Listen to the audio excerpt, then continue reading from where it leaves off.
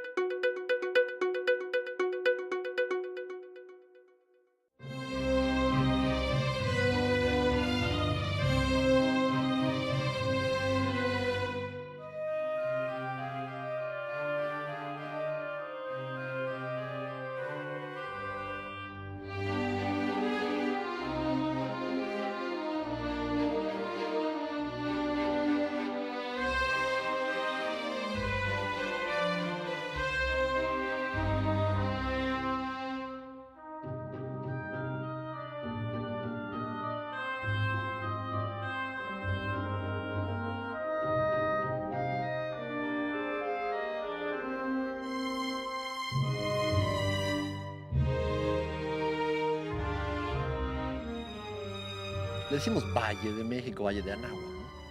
Pero finalmente, desde el punto de vista fisiográfico, geológico, es una cuenca endorreica, una cuenca cerrada, que se cerró.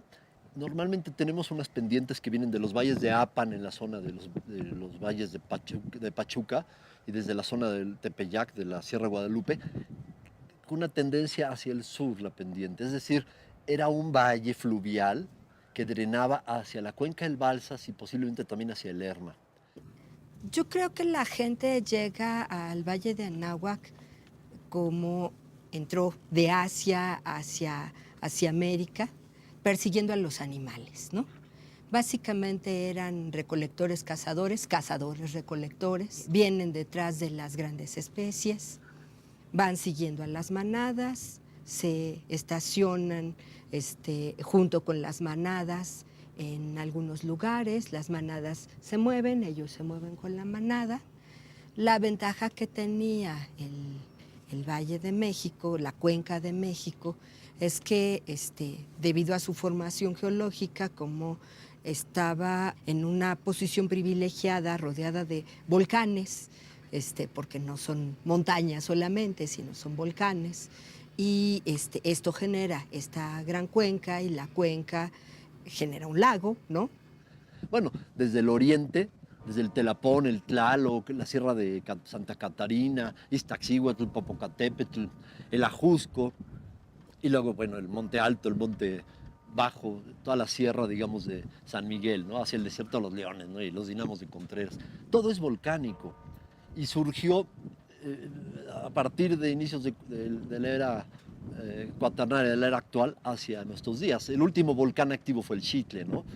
Que impactó directamente a la cultura olmeca, que históricamente es el primer grupo humano ya cultural, digamos, ya con pistas culturales de la prehistoria o de la protohistoria de la Cuenca de México, que son los olmecas, ¿no? Que se asentaron al pie del Ajusco, justamente. Ellos llegan a este lugar, como te decía hace rato, privilegiado, en el que no solamente cuentan con estas grandes especies, sino con todos los recursos que les proporcionaban la montaña, el valle y el lago, ¿no? Sí, los volcanes lo que hacen es cerrar el drenaje natural del valle fluvial y se empieza a inundar, porque estamos en una zona donde hay lluvias copiosas.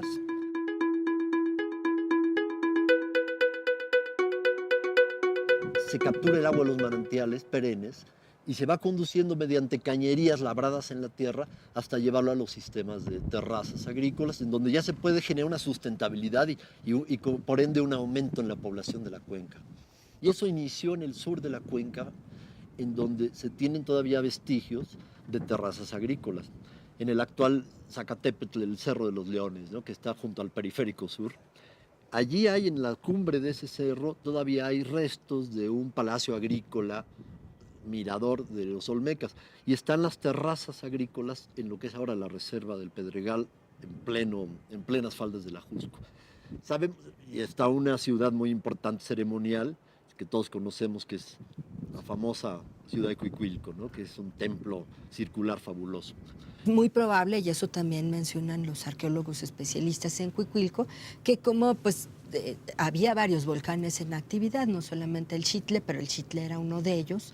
Por eso la primera identificación que se hace de un fenómeno con algo que se parece a una deidad, pues es justamente el Huehueteotl, ¿no?, el dios viejo del fuego, porque lo tenían ahí al lado todo el tiempo, les proporcionaba muchos beneficios, seguramente propiciaba de alguna manera mejores cosechas, tanto por ahora que ha habido todas estas cenizas del Popo, ¿no?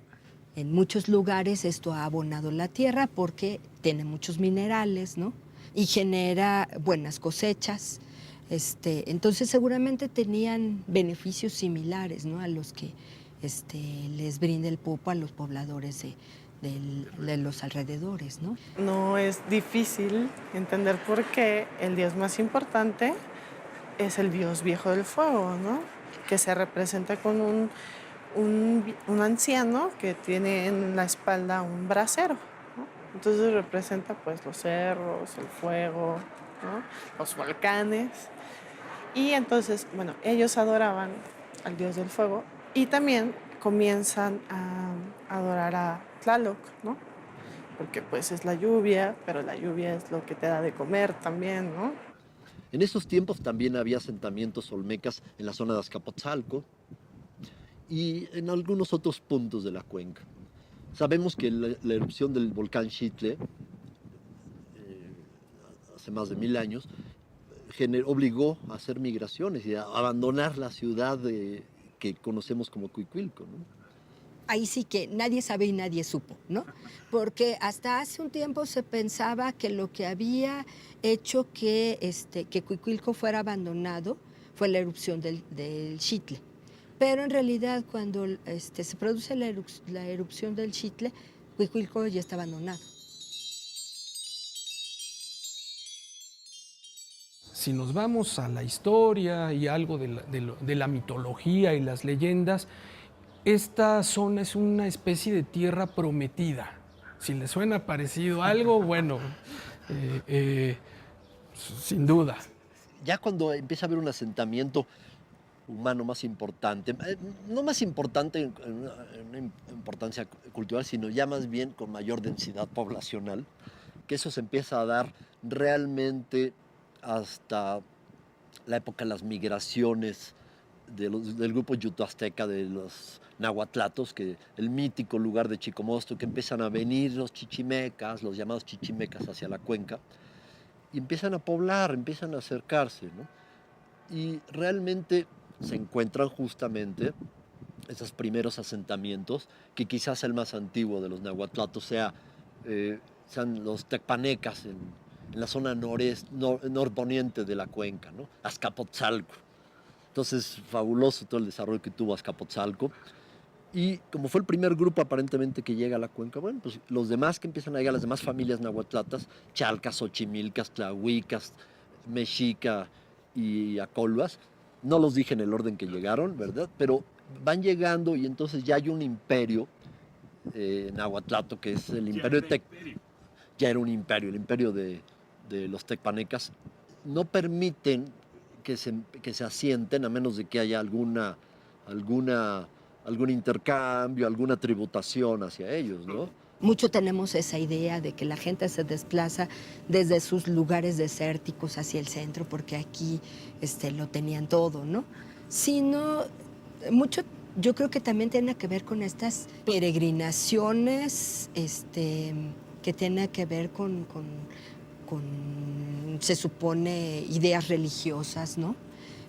Con lo simbólico, con lo sígnico, con estas grandes revelaciones en sueños que me dicen que yo me tengo que ir, pero también probablemente muchas de estas regiones también estaban siendo rebasadas en el número de sus pobladores y igualmente a través de estas ideas de revelaciones en sueños y demás, lo que buscaban era también desplazarse hacia lugares un poco menos poblados, también que les podían brindar recursos diferentes, ¿no?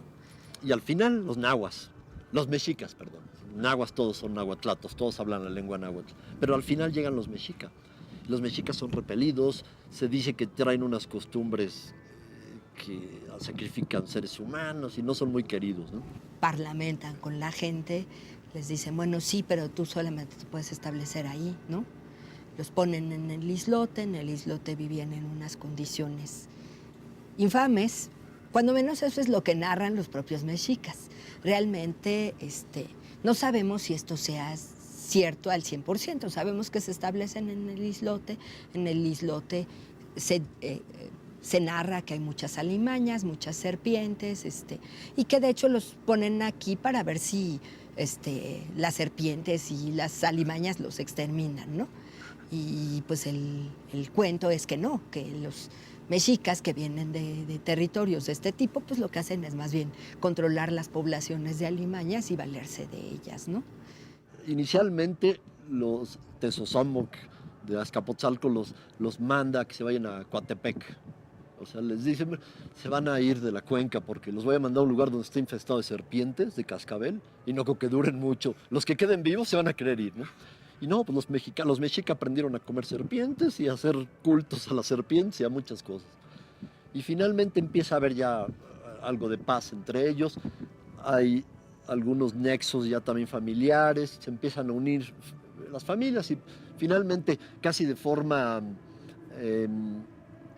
ilegal fundan en un islote de la Ciudad de México, del lago de Texcoco, fundan su primer asentamiento ya los mexicas, ¿no? Eso es como el inicio de la Ciudad de México, ¿no? Los mexicas logran asentarse en un lugar ya aquí en Tenochtitlan y entonces dicen, bueno, pues tepanecas, ya se acabó, ¿no? Ya ustedes ya no son más los que gobiernan todo esto, ¿no? Y entonces, bueno, así llegan a habitar en Tenochtitlan y bueno, a formar este imperio tan grande que en muy poquito tiempo es un imperio gigantesco, ¿no? Que tiene, no tiene límites, ¿no? En esa época, en este territorio. Desde Acamapixtli, desde el primer rey mexica empezó a fundar y empezaron a hacer los canales hacia Tenochtitlán, pero se habla mucho de Moctezuma el Huicamina, ¿no? De Moctezuma I, como la época de oro de Tenochtitlán. Y en esa época es que se asocia con el imperio de la Triple Alianza, se genera la Triple Alianza cuando derrotan a Maxtla, al hijo de Tezosomoc en Azcapotzalco, y se genera otra vez una época de paz que es a mitad del siglo XV, ¿no?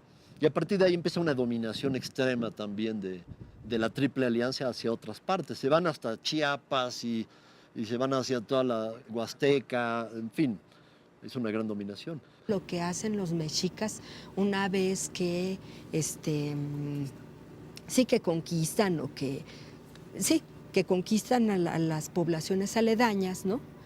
Donde se les pide tributo, pero además las deidades importantes de los panteones locales se anexan al panteón mexica, ¿no?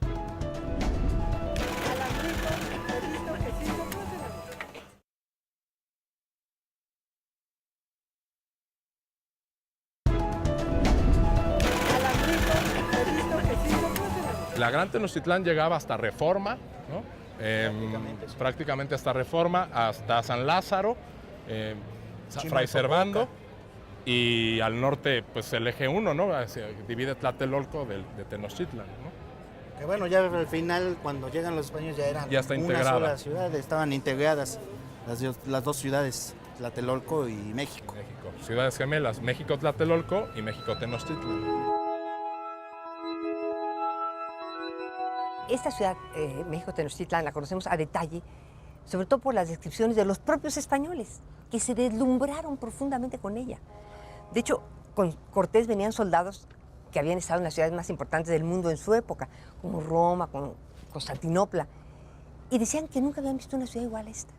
Por la magnificencia de la ciudad, y el lo tamaño, grandiosa que era, el tamaño y lo bien trazada que estaba.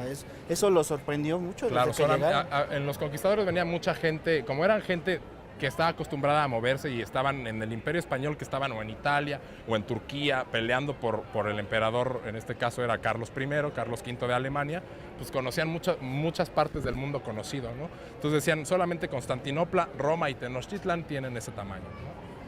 El mismo Cortés describe que la Gran Tenochtitlán era una ciudad maravillosa, era una ciudad, cuando él pasa, ahora sí que el paso de Cortés iba entrando hacia la ciudad, sé que es una ciudad blanca maravillosa, que le recordaba mucho, dice Cortés, a Venecia, ¿no? Que era una ciudad muy organizada, muy limpia, que tenía grandes mercados, grandes construcciones, grandes plazas. Cortés se queda maravillado con Tenochtitlan, ¿no? Imagínate que era una ciudad, te voy a decir, entre 5 lagos de diferentes tonalidades, porque bueno, el de Texcoco era de aguas saladas, entonces era verdoso, los otros eran diferentes tonos de azules. Bueno, eran lagos en los cuales estaba dividido las aguas salobres, que era hacia Texcoco con el Albarradón, y después todo el agua dulce. Pero esta agua dulce no se podía beber porque era muy turbia, ¿no? Por eso estaba el agua que venía de los manantiales de Chapultepec, ¿no? Que iban a la Gran Tenochtitlán por un caño que era de superficie y traía el agua a la Gran Tenochtitlán. Y en la Gran Tenochtitlán, bueno, estaba el gran centro principal, las casas alrededor, y después, bueno, venía todas las laderas de lo que era la ribera del lago, ¿no? Que eran puras pueblos chinampanecas, ¿no? O sea, la civilización, el grado de civilización era de acuerdo a la intensidad de la agricultura que tenían estos pueblos, ¿no?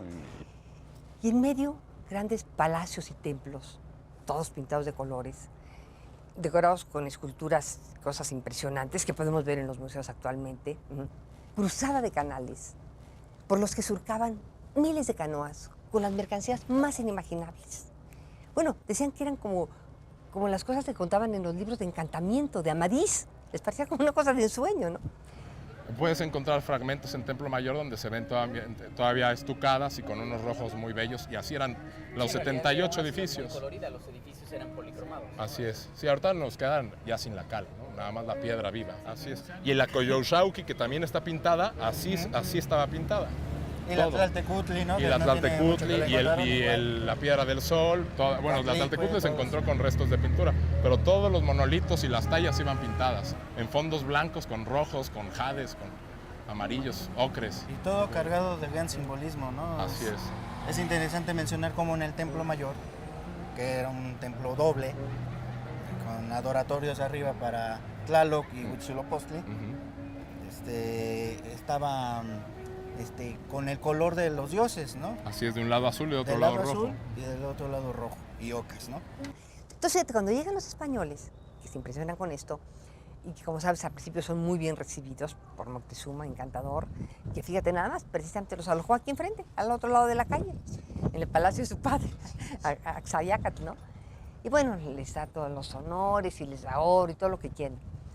Y bueno, ya sabemos más o menos todo lo que va a suceder aquí, como esa espantosa traición de Pedro de Alvarado, que va a llevar a cabo esa matanza espantosa en Templo Mayor, lo que va a dar pie a que cuando Cortés estaba de viaje, ¿no? Había salido a recibir a Cristóbal de Olid, y cuando regresa Cortés se encuentra a todo el mundo enardecido, a todo el pueblo enardecido, furiosos por lo que había hecho Alvarado. Se atrincheran básicamente los españoles ahí en Palacio de Axayácatl y le piden a Moctezuma que salga a calmar a la gente que quería lincharlos con toda la razón. Y al pobre Moctezuma, cuando se asoma, lo apedrean, muere. Hay otras versiones que lo matan los propios españoles, no lo sabemos. El hecho es que muere ahí Moctezuma. Y bueno, entonces Cortés dice, no, la cosa está terrible, tenemos que huir. Entonces una noche, deciden calladamente una noche de junio, que van a huir en la noche, muy silenciosamente. De hecho, le forran las patas a los caballos para que no hagan ruido, les amarran el hocico y salen sigilosamente, claro que eso sí, cargando todo el oro, ¿ves? Que podían. Entonces, como sabemos, ya en lo que ahora, pues, a la altura de la Alameda, más o menos donde está San Hipólito, donde empieza Puente de Alvarado, que está relacionado con esa noche, van ellos huyendo por ahí y los descubre una mujer, da de gritos y entonces se les vienen todas las hordas mexicas, los atacan brutalmente, hay una matanza espantosa. Como sabemos, bueno, Cortés se dice que llegó a un árbol, el famoso ahuehuete, ahí en lo que era la calzada de Tacuba, que era la calzada de Tlacopan, y que va a llorar, ¿no? Y que por eso pasa la historia, ese incidente como de la noche triste, que claro, visto desde la perspectiva indígena, pues es la noche feliz, oye, ¿no? Que derrotan a los españoles. Bueno, y se dice que ahí murieron ahogados muchos españoles porque al tratar de... Bueno, estamos hablando de que al estar la ciudad rodeada de agua y cruzada por canales, en los canales había puentes para que pudieran pasar los peatones y los caballos. Bueno, no había caballos en la época prehispánica, ¿no? Pero cuando llegaron los españoles. Y esos puentes, lo primero que hicieron los mexicas o aztecas, ¿no? Cuando vieron que estaban huyendo los españoles, fue cegar los puentes para que no pudieran pasar. Entonces muchos se ahogaron ahí, sobre todo por el peso que llevaban del oro. Y se dice que Pedro de Alvarado, el desgraciado pegó con su lanza un tremendo brinco de un lado para otro, y que por eso ese tramo se llama Puente de Alvarado. Bueno. Cortés inicia la conquista con bergantines, construye barcos en Texcoco, ¿no? Sí, cuando ve que no puede conquistar ¿y qué es lo primero que México, hace? Rompe los diques para que pasen sus barcos. Claro, y corta el acueducto de Chapultepec, que todavía se ven los restos de ese acueducto. Ese acueducto es de origen prehispánico, venía el agua de Chapultepec hasta acá. Pues primero corta el suministro de agua y va bloqueando ese control que tenían ellos de los canales y las calzadas, ¿no? Se dice que durante la conquista, digamos en las guerras de 1521, sobre todo en 1521, entre 1520 y 1522, que es la caída de Tenochtitlán políticamente, todavía no socialmente, pero sí ya políticamente, empieza la dominación. Hay autores que calculan que se talaron hasta más de 1 millón de árboles de la cuenca para la generación de bergantines, los barcos que hizo Cortés en un astillero en Texcoco para invadir Tenochtitlán. Después de la Noche de la Victoria, como le llaman los mexicas en las crónicas, ¿no? Y nosotros le decimos Noche Triste, porque para Cortés lo fue, donde perdió pues la mitad de su ejército, todo el oro recuperado, todo lo avanzado en los tratos de negociación con Moctezuma, huye a Tlaxcala, se hace fuerte otra vez y en Texcoco dice, bueno, pues voy a construir pues, unos bergantines que son como unos navíos menores para poderse meter en los canales y porque sabe que ahí tiene las de perder. Construye los 13 y empieza a atacar sitiando Tenochtitlán y ocupando todos los pueblos de alrededor que están unidos, ¿no? O sea, Xochimilco, Tacubaya, que ya existía, todo eso lo toma, rodea y espera, ¿no? Es paciente a que los mexicas sitiados se rindan porque pues, les corta el agua de Chapultepec, les corta el suministro de alimentos hasta que no rompan el sitio o los venza, ¿no? Los recluye en Tlatelolco, que es donde los vence finalmente, ¿no? Y bueno, hay que recordar que ocupa varias poblaciones, pero no todas son hostiles, porque muchos odiaban a los mexicas, ¿no? Y lo que querían era tumbarlos, entonces se alían con Cortés, por eso fue tan difícil ya para los tenochcas al final, ¿no? Eran ellos solos contra el mundo, contra ¿no? todo el mundo. Y es bien curioso ahorita el dato de los bergantines, que son 13, ¿no? Originalmente se piensan en 12 para que representaran a cada apóstol, y dice, vamos a hacer uno más que es Cristo, ¿no? Entonces por eso son 13 bergantines, ¿no? Y una leyenda que tiene que ver con la ciudad es que la calle esa de López tal vez se deba a Martín López, que es el constructor el carpintero de esos bergantines. Fíjate tú, porque entonces Cortés se va hacia Tlaxcala, donde tenía sus aliados, que habían estado aquí con él. Y ante esa derrota espantosa decidieron, pues tenemos que hacer un ataque, pero tremendo. y como la ciudad estaba rodeada de agua, de lagos. Entonces dijo, mandó a hacer unos bergantinos, o sea, unos barquitos pequeños, para atacar, digamos, navalmente la Ciudad de México. Aquí no, la gente cree que hubo una batalla naval, aquí en estas calles. Bueno, lo que pasó en estas calles, ¿no? Porque era agua. Entonces hace esos bergantines y se viene con miles de tlaxcaltecas, texcocanos aliados, que eran sus aliados, porque obviamente los mexicas tenían muchos enemigos. Porque fíjate, en 200 años ellos logran llegar a ser un verdadero imperio. De haber, cuando ellos llegaron aquí, ellos, recuerdas que fue la última tribu en llegar aquí, y entonces todo el mundo los expulsaba, los trataban pésimo, eran medio salvajones, hay que reconocer, pero entonces todo el mundo los echaba. Entonces ya finalmente dijeron, mira, vamos a echar estos ahí a los lagos para que se los coman las víboras. Y lo que no sabían es que ellos se comían a las víboras. Los pueblos aliados, los indígenas aliados, que eso, para eso se van del lado español, ¿no? Porque estaban hartos del gobierno mexica, que tenían relativamente poco gobernándolos y de una manera muy rígida. Entonces ven, era tiránico. Así es, ven en los españoles pues, una salvación, ¿no? Una salvación que les sigue costando, ¿no? Que la siguen pagando, ¿no? Porque los más olvidados fueron ellos a la fecha, ¿no? Los pocos indígenas que quedan son los menos integrados a la sociedad actual, ¿no?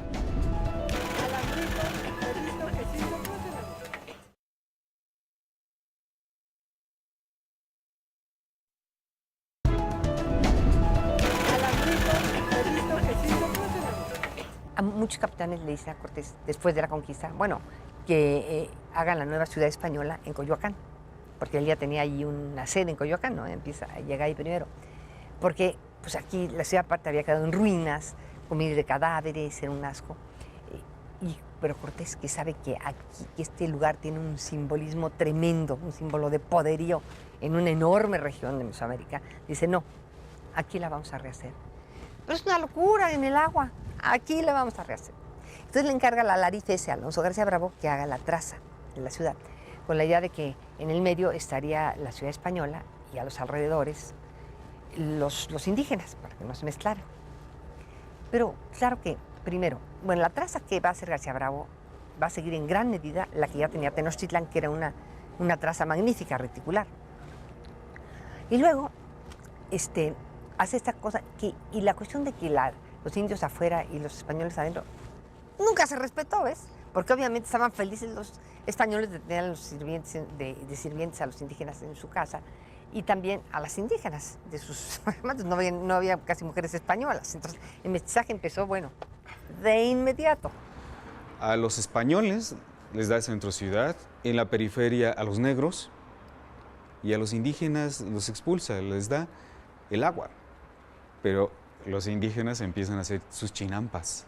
Y lo vemos ya en el de Alonso de Santa Cruz, ¿no? Este gran dibujo de Alonso de Santa Cruz, donde están estas chinampas que tienen puentecitos y puentecitos.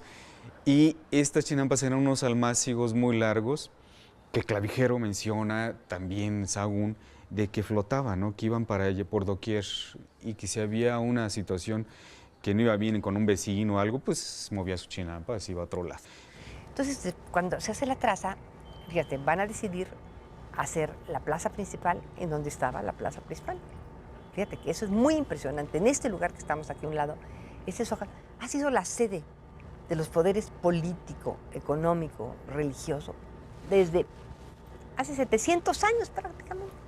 El hecho de elegir que si en Coyoacán, que es más favorable, en algún momento Tacubaya, ¿por qué no más al norte? ¿Por qué no más al poniente? Es que es ahí. Tal vez, si se hubiese tomado otra decisión, la historia hubiera sido otra, totalmente distinta. Y creo que es una decisión de gobierno, pero donde va de la mano de lo que simbólicamente representa. Eso es muy importante. A lo mejor no son las mejores condiciones físicas, pero a nivel símbolo, ¿es eso o no es? A la llegada del virrey de Mendoza, él trae entre su homenaje 200 libros. De estos 200 libros, trae un libro editado en París, 1512, en latín, que es el Tratado de León Battista Alberti. Antonio de Mendoza era hijo de Íñigo López de Mendoza, quien vence Granada, Santa Fe de Granada, y él era muy amigo de Pedro Martí de Anglería, un humanista, un filósofo que estudió mucho a Alberti, que estuvo mucho en Milán, conoció a Íñigo López de Mendoza cuando era embajador en Italia, y bueno, él fue el que lo introdujo a esta filosofía de la ciudad ideal de León Battista Alberti, ¿no? Entonces, este tratado de arquitectura llega a México con el virrey de Mendoza. El virrey de Mendoza estudia el tratado. Bueno, el tratado está en el museo, está en la biblioteca de Antropología e Historia. Este tratado es una maravilla, es un descubrimiento que hizo Guillermo Tovar de Teresa y que en la fachada dice, este libro es del visorrey Antonio de Mendoza. Y al final dice, terminado de leer en 1539, visorrey de Mendoza, ¿no? Entonces uno observa, esto nos lo mostró Guillermo ahí en la biblioteca, incluso César Moeno, que es secretario técnico, era el director de la biblioteca, nos muestra el libro y el libro está subrayado por el virrey de Mendoza. Cimentación, los muros, las bóvedas, pero lo más importante que el virrey de Mendoza subraya ahí es el espacio abierto, que la ciudad debe estar en armonía entre su espacio abierto y lo construido.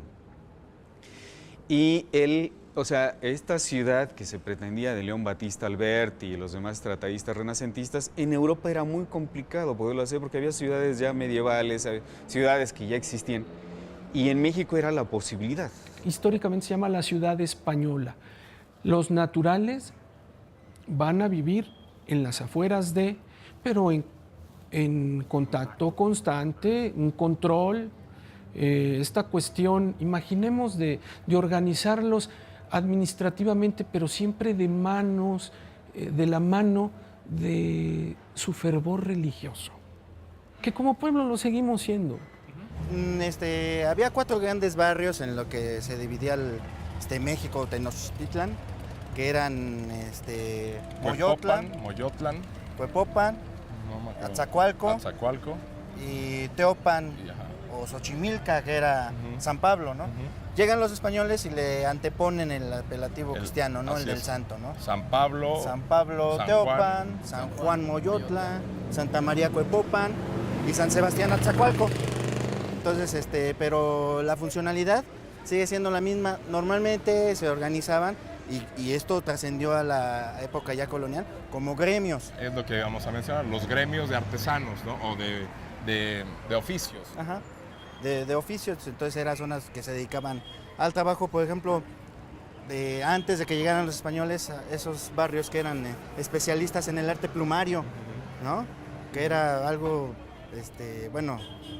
indescriptible por la belleza que tenía. Así es. Y que se llevaron, o sea, todo lo que pudieron de arte plumario se lo llevaron a Europa. Ya casi no hay ejemplos en México del arte plumario indígena. Porque era increíble por el juego de luces que se logra con la translucidez de la pluma, ¿no? Entonces, bueno, ese es un ejemplo. Había barrios que se dedicaban a eso. De labradores, de campesinos, en fin, ¿no? Y eso permanece, pero ya son sacados del centro de la ciudad. El centro está reservado para los españoles. Exclusivamente. El primer momento es, la Ciudad de México es para españoles. Y así está definido, para españoles. Es decir, por eso se crean los 4 barrios que están alrededor de la Ciudad de México, Huepopan, Xoquipan, Azcacualco y ahorita no me recuerdo cuál es el otro. No, es decir, porque ahí se van a sentar. Luego poco a poco van a ir entrando. Tan es así que hay un trabajo muy interesante de Francisco de la Maza, de la Ciudad de México en el siglo XVII, que habla de todos estos edificios que ustedes van a ver, ¿sí? En donde va dando cuenta de cómo es que, digamos, en un primer momento había capillas para indígenas y capillas para españoles. O sea, había capillas en el sentido iglesias donde se oficiaba el culto para indígenas y para españoles. En un primer momento. Eso no perduró. Porque como todo hecho, dicen lo que dicen, pero no hacen lo que dicen. Entonces se volvió esta locura. Pero sí, en un primer momento la Ciudad de México dio la sensación de ser una ciudad única, exclusivamente española.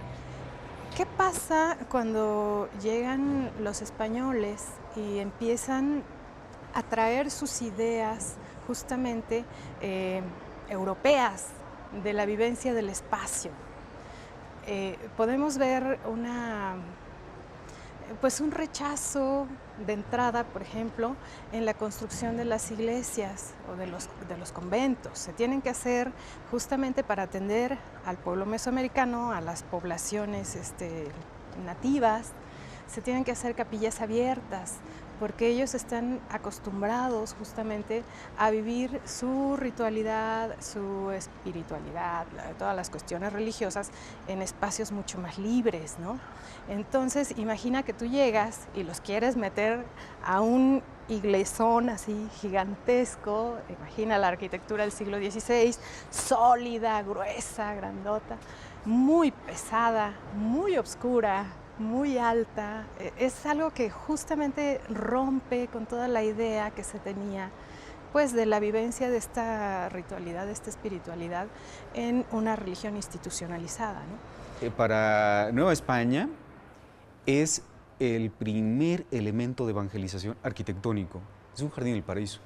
Y está en el grabado de Fray Miguel de Valadez, este grabado franciscano, donde dice cómo debe ser un atrio.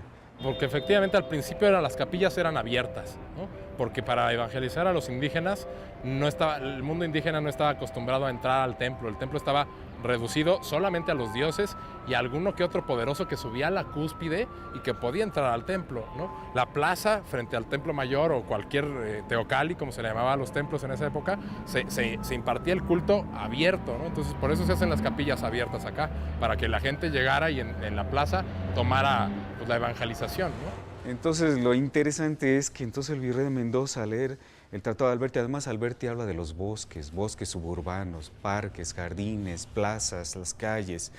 Entonces él establece un jardín del paraíso, que son los grandes atrios, con sus capillas posas, su capilla abierta, la iglesia y el convento. Entonces el atrio es el jardín del paraíso donde se llevan a cabo los sacramentos. Y se hacen las procesiones y bueno, el padre da su cátedra desde la capilla abierta, ¿no? Pues bueno, en donde se estableció la iglesia mayor o catedral y después en donde repartieron las distintas órdenes religiosas, donde se repartieron, pues sí, eran sitios especiales por tener ahí algún adoratorio prehispánico importante o medianamente importante, ¿no? Como la Villa de Guadalupe, que ahí estaba un centro ceremonial muy grande a la diosa madre, que resultó muy fácil para los indígenas seguir yendo al mismo lugar, ¿no? Muchos indígenas por mucho tiempo iban y sí, me hinco a rezarle a tu cruz, pero porque sé que mi Dios está abajo, ¿no? Inclusive la diosa madre, que es el Acuatlico, el Atlaltecutli, que es la que se acaba de encontrar aquí cerca del Templo Mayor, es la que esa siempre iba en contacto con la tierra, o sea, no tenías visión de ella, o sea, se labraba y se ponía a donde debería de estar, pegada a la tierra. Entonces, así muchas columnas o muchas piezas que nosotros no vemos están tocando la tierra de la misma manera, ¿no? Y siguen cumpliendo como con el rito del Dios con la tierra, y ellos siguen pues sí, rindiéndole. La figura de Tlaltecutli labrada en la base de la columna. Así es. La que da a la Nunca tierra. la vas a ver. Pero sí uno puede entender y comprender. Tú ves muchos sillares de varias iglesias y los ves, son sillarejos prehispánicos, ¿no? Comprende uno toda la labranza de esta piedra. Y bueno, pues es el sincretismo, ¿no? También que se da en las mismas construcciones, ¿no? Y de ahí, bueno, también se van dando diferentes situaciones ya después con eventos naturales y eso, que se reutilizan los materiales y todo eso. Pero sí, en el o sea, con el virrey de Mendoza y el rey lo que querían era nuevamente fundir esto para decir esto es lo nuevo, ¿no? La nueva España, o sea, la creación de una nueva cultura.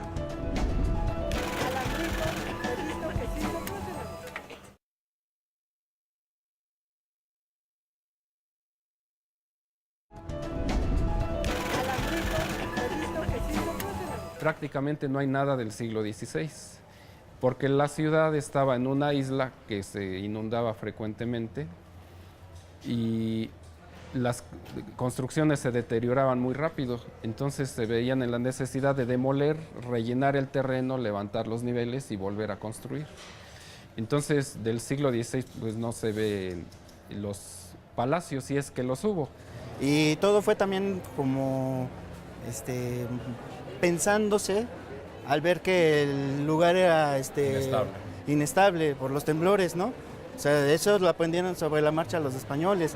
Por eso tardó mucho en entrar la cúpula, por ejemplo, en la Ciudad de México. Pues entra primero en Puebla y después en México, porque no encontraban ellos la solución para poner poder techar con bóvedas y cúpulas sus templos sin que se les vinieran abajo, sí. porque era inestable, ¿no? Sí, era fango, ¿no? No olvidemos que las avenidas y las calzadas de Tenochtitlan eran mitad tierra, mitad agua, ¿no? Entonces, al desecar toda la gran cantidad de agua que había, los lagos eran mucho más allá de los límites del DF, pues era muy inestable el terreno, ¿no? Se le adjudica al ser humano la extinción de los lagos, el desecamiento de los lagos. Sí, sin duda, pero también eran lagos ya viejos. Es decir, cuando los pobladores de la Cuenca de México llegaron a la Cuenca de México a poblarla, ya eran lagos un tanto viejos, que también ya tendían a irse asolvando, irse cerrando, irse secando. Es decir, en lugar que disminuyera el nivel de los lagos, está subiendo el nivel de terreno porque se está erosionando la cuenca y se están llenando los fondos lacustres, generando cada vez más someros los lagos, ¿no? Obviamente, el factor detonante de que se desecaran los lagos fue el ser humano. Precisamente porque acaban con estos diques, ¿no? que controlaban las aguas, tanto las dulces como las saladas del antiguo lago. Al destruir este sistema hidráulico, el agua pues precisamente vuelve a su cauce y la ciudad sufre de constantes inundaciones que, bueno, se repiten ya hasta entrado el siglo XX. Todavía en la década de los 50 se inundó el centro y permaneció un tiempo inundado, ¿no? Incluso en esta misma esquina existe una marca en el edificio frente al palacio, donde se aprecia una cabeza de un león que marca el nivel de las aguas durante una inundación en el siglo XVII. Y siguen tratando de sacar el agua. Ya estaban tratando de sacar el agua de los lagos cuando pasó la gran inundación. Vino un alemán, que castellano hizo su nombre, Enrico Martínez, que era un tipo muy interesante, cosmógrafo, traductor de la Inquisición, gran ingeniero, y él va a diseñar lo que iba a ser un túnel en el cerro de Nochistongo para empezar a sacar las aguas, primeramente las de la laguna de Chaltocan, al norte de la ciudad. En esa obra se habla que murieron miles de indios, una obra complicadísima. Y no estaba concluida cuando viene la gran inundación, y bueno, se lleva la obra, el famoso túnel se vuelve un tajo porque se desmorona el cerro. Entonces, el pobre Enrico Martínez va a dar a la cárcel. Después ya lo reivindican y todo, hasta le hacen un monumento que está aquí en la esquina. Las más notables inundaciones es la de 1629, recordada porque duró 5 años inundado. O sea, imagínense 5 años, la ciudad inundada, ¿no? Era una sucursal de Venecia en México. Y sufriendo mucho la gente, ¿no? Y que ahí se veía el reclamo de la misma ciudad, ¿no? O sea, la ciudad de Tenochtitlan estaba pensada en esos canales. Ahorita sin esos canales evidentemente se iba a inundar, o sea, el agua iba a buscar el terreno que siempre había tenido, ¿no? Y ahorita lo seguimos viendo, o sea, hay partes que se siguen inundando porque abajo pues, era agua, ¿no? Era parte del lago o parte de un canal, ¿no? Entonces, que no nos sorprenda si nos inundamos. El tema no es tanto que si las inundaciones, bueno, desde luego debió ser una preocupación. Ahora, curiosamente, el problema, más allá de las inundaciones, ahora el problema es la extracción del agua que está abajo. Eso es lo que ha dañado más en los últimos 100 años, ¿no?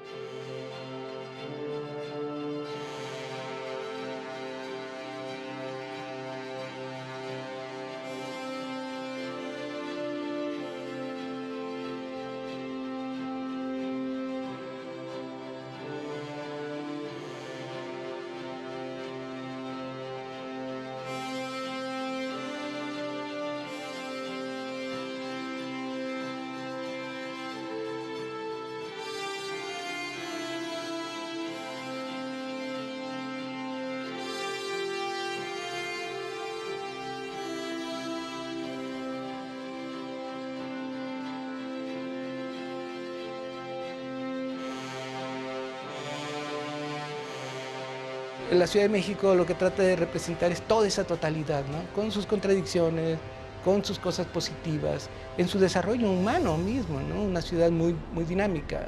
en esta condición no sé si quedó claro esta idea de la sobreposición, ¿no? Cómo se sobrepone, cómo se establece, porque aquí está el poder. Ese es el gran reto, ¿no? El poder. Es un poder que ni siquiera se pudo mover físicamente en 1629 cuando se inunda la Ciudad de México, ¿no? Que hay estudios que dicen que lo quisieron mover hacia lo que sería la zona aproximadamente de Anzures y la gente no la movieron. A pesar de que estaba inundada, a pesar de que durante 5 años se inundó.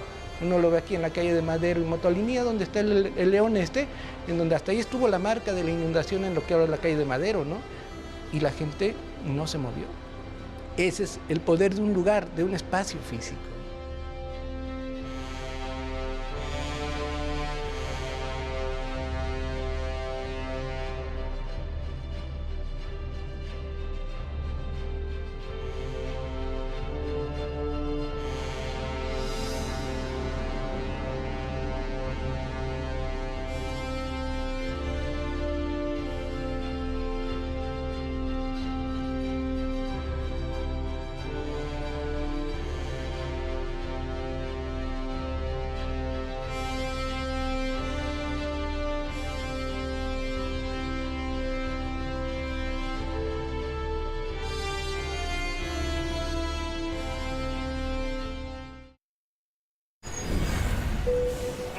Es una de las casas más visitadas por el turismo.